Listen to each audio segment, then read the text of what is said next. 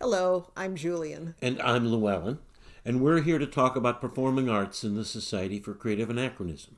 The SCA is a living history group interested in the years before 1600, and it won't surprise you to find out that everything we think of as entertainment existed then. Well, except for TikTok. And if it existed, you can be sure there are people in the SCA who do it. Modern entertainment really just takes advantage of technological advances. If you like live music, theater, singing, storytelling, performance, dance, or juggling, or magic, or pretty much anything you think of as entertainment related, then the SCA has it. So today, I'm going to do a story for you.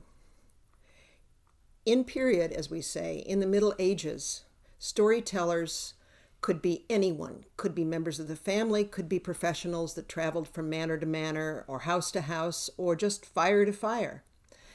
And they used stories that were their own and stories from mythology and folklore as well. This one is one that is my own, but also based on a myth from ancient Greece.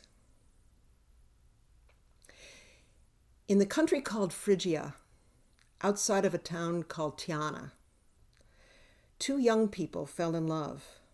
Baucis, a beautiful, graceful young woman, and Philemon, a stalwart, tall young man.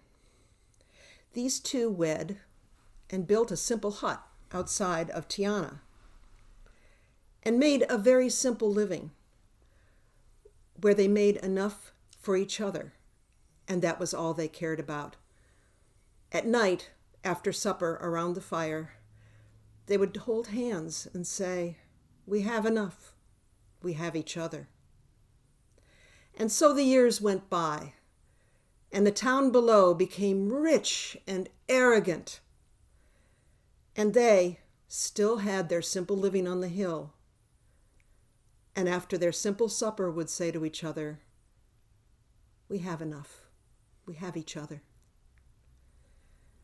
And one night there came a knock at the door, and a very handsome, distinguished man in traveler's clothes was standing there, and next to him was a sort of a mischievous-looking young man.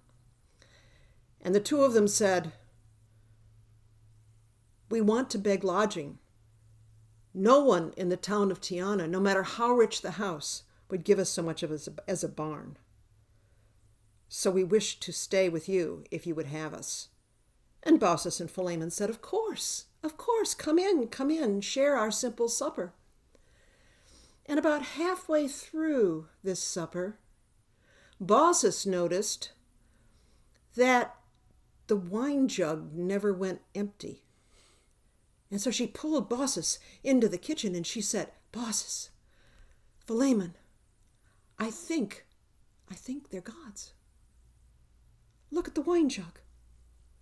And Philemon said, "Yes, Baucis, I think you're right." And so they went out and they fell to their knees.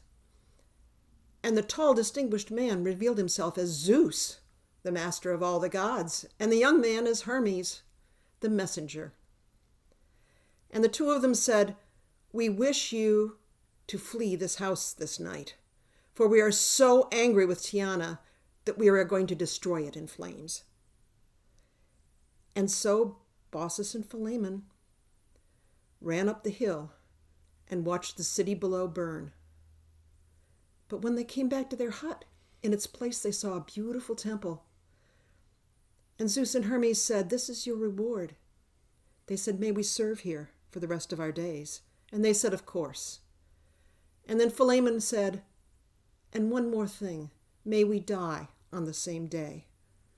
And Zeus said, "Of course." And when that day came, Zeus caused the graceful Baucis to turn into a linden tree, and the stalwart Philemon into an oak. And they grew close together and their branches entwined. And to this day, travelers who visit those temple ruins sit below the shade, and they hear the leaves whisper, "We have enough. We have each other."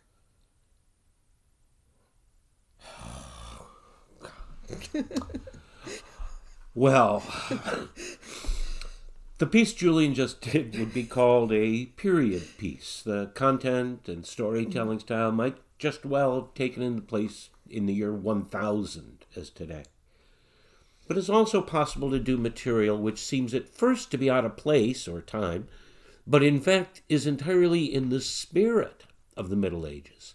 It was very common in those days to take a popular tune and write new lyrics to it.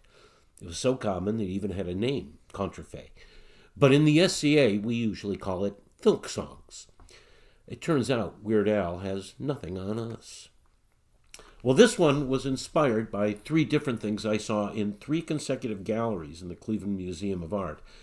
A statue of the god Apollo slaying a creature called Python, a painting of St. George slaying the dragon, and a painting of Eve being tempted by the serpent. Apollo, your visit to Python's domain should be a great triumph, a glorious campaign. Just one little problem the gods preordain. You'll have to defeat me again and again. St. George, so you've come for the virgin I chain. Perhaps you can open my jugular vein. Your hurdle's inhuman, but I'm inhumane. You'll have to defeat me again and again. Eve, darling, you're naked, come in from the rain. Here, put on these aprons, it isn't so vain. And when you mark off your garden, remember, mark Cain. You'll have to defeat me again and again. Now Python, now serpent, now dragon remain. The weapons you use are a true reptile's bane. You think you've defeated me, but I'll explain. You'll have to defeat me again and again. You'll have to defeat me again and again. Thank you for joining us. Bye-bye.